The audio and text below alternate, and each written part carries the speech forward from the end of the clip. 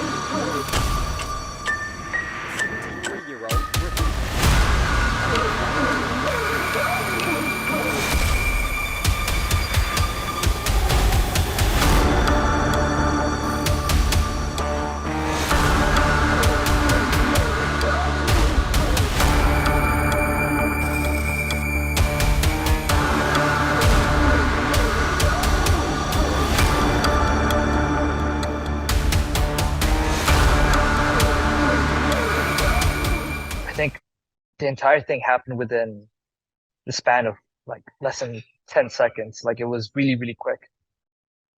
Which is why like I think nobody could really respond to it. Um, like in my recollection of what happened, I was in my chair and I think I was resting at that point, but I was belted in and we could start feeling that the airplane was entering some kind of turbulence. So the plane starts shaking. And at that point, like I just know that, okay, well, I'm just gonna like huddle in, but like it kept getting worse and worse and worse. There were people within the lavatories and the crew that were working. Anybody who were standing, especially the people within the lavatories and were the most injured from what I've seen. But I saw people from across the aisle just like going completely horizontal, hitting the ceiling and landing back down in like really awkward positions. People like getting massive gashes in their head, concussions.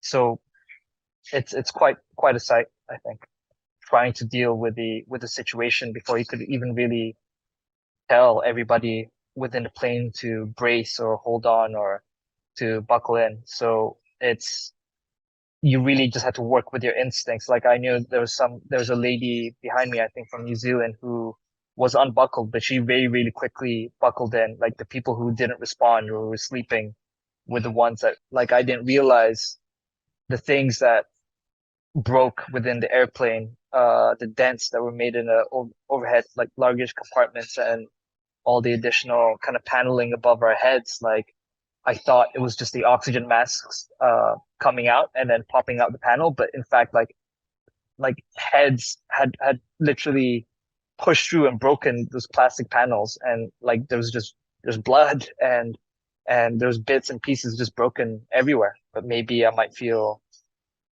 not so good in the future. But things like this usually take some time to process, and I'm still beginning to process it.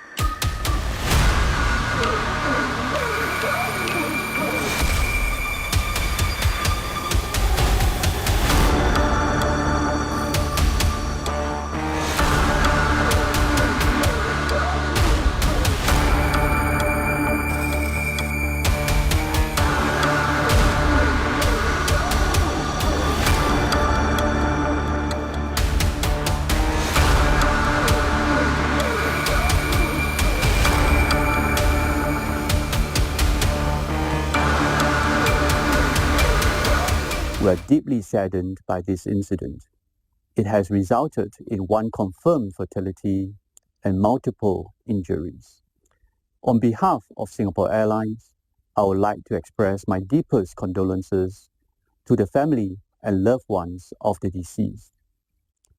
We are very sorry for the traumatic experience that everyone on board SQ321 went through. Our priority is to render all possible assistance to our passengers and crew members. Singapore Airlines swiftly dispatched a team to Bangkok last night, and they have been helping our colleagues with the support on the ground. A relief flight with 143 of the SQ321 passengers and crew members who were able to travel landed in Singapore this morning at 5:05 a.m.